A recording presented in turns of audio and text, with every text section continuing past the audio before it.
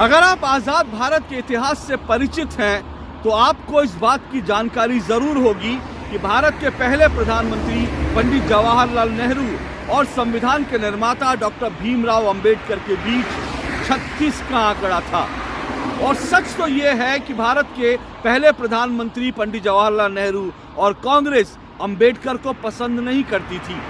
आपको सुनकर शायद हैरत होगी, क्योंकि आपको लगेगा आज तो कांग्रेस के नेता डॉक्टर भीमराव अंबेडकर की बातें करते हैं। जगह जगह पर कांग्रेस की सभाओं में, कांग्रेस के पोस्टरों में भीमराव अंबेडकर के पोस्टर लगे होते हैं, तस्वीरें लगी होती हैं। तो आपको ये सुनकर थोड़ी हैरानी तो जरूर होगी, लेकिन जैसा मैंने कहा, अगर आप आज़ाद भारत का इतिहास जानते हैं तो आपको ये पता होगा कि कांग्रेस और पंडित जवाहरलाल नेहरू डॉक्टर भीमराव अंबेडकर को पसंद नहीं करते थे। और इसका सबसे बड़ा प्रमाण ये है कि डॉक्टर भीमराव अंबेडकर को आज़ादी के बाद जो लोकसभा के चुनाव हुए, उन चुनावों में एक बार नहीं बल्कि 2 बार कांग्रेस ने उनको चुनाव हरवाया था। सोचिए, डॉक्टर भीमराव अंबेडकर को कांग्रेस ने एक नहीं 2 बार चुनाव हरवाया था।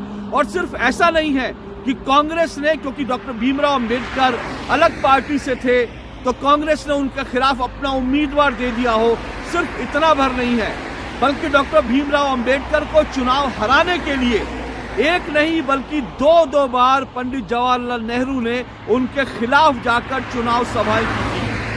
आपको लगेगा कि मैं आज ये इतिहास की बात क्यों कर रहा हूँ।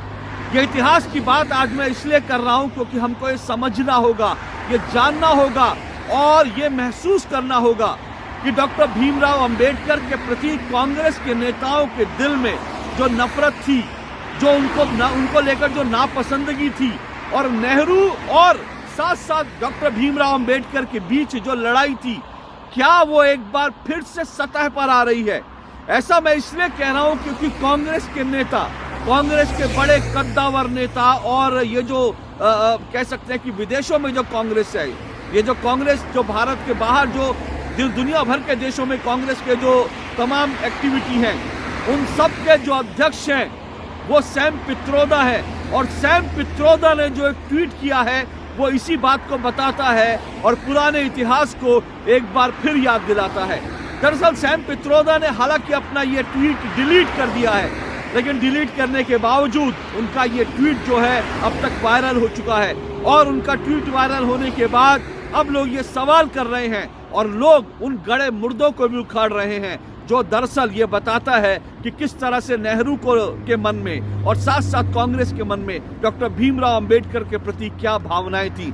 इससे पहले कि मैं आगे बढ़ूं, आपको इतिहास के बारे में और बताऊं, आपको ये जानना समझना जरूरी है कि जो ट्वीट किया है सैम पित्रोदा ने, ट्वीट को आप समझ लीजिए, उस ट्वीट को आप जान लीजिए। वो ट्वीट मैं आपको पढ़ के जरूर सुनाऊंगा। और फिर बता रहा हूं कि सैम पित्रोदा छोटे मोटे आदमी नहीं है, ओवरसीज कांग्रेस के अध्यक्ष हैं और साथ साथ इस वक्त राहुल गांधी की जो कोटरी है, राहुल गांधी के जो मुख्य सिपाह सालार हैं, उनमें से एक है। राहुल गांधी ने अब तक हिंदुस्तान के बाहर जाकर जो उन्होंने बयान दिए थे, जो उन्होंने कहा था कि भारत में डेमोक्रेसी नहीं है, इस तरह के जो तमाम जो राहुल गांधी ने नैरेटिव्स खड़े किए थे, उन सब नैरेटिव्स के पीछे दरअसल सैम पित्रोदा का ही दिमाग था।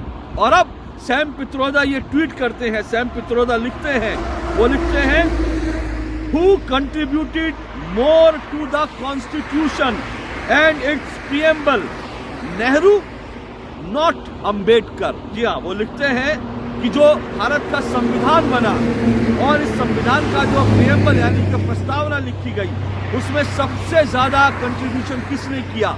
क्या अंबेडकर ने? नहीं। वो जवाब देते हैं, यानी सैम पित्रोदा कहते हैं नेहरू ने, यानी नेहरू ने भारत का संविधान लिखने में, भारत के संविधान की प्रस्तावना लिखने में सबसे बड़ी भूमिका निभाई। उसके बाद ये सैम पित्रोदा क्या लिखते हैं? वो लिखते हैं, बाबा साहब का दिया हुआ संविधान, doctor Ambedkar is the father of the Indian constitution, is the biggest falsification of our country's modern history। यानी वो कह रहे हैं कि भारत के आधुनिक भारत के इतिहास में यह सबसे बड़ा झूठ है कि अंबेडकर भारतीय संविधान के, उनको पितामह कहा जाता है, उनको भारतीय संविधान का निर्माता कहा जाता है। ये भारत के आधुनिक इतिहास का सबसे बड़ा झूठ है। और ये कौन कह रहे हैं? ये राहुल गांधी के करीबी सैम पित्रोदा कह रहे हैं। हालांकि दबाव में आने के बाद इस ट्वीट को अब सैम पित्रोदा ने डिलीट कर दिया है।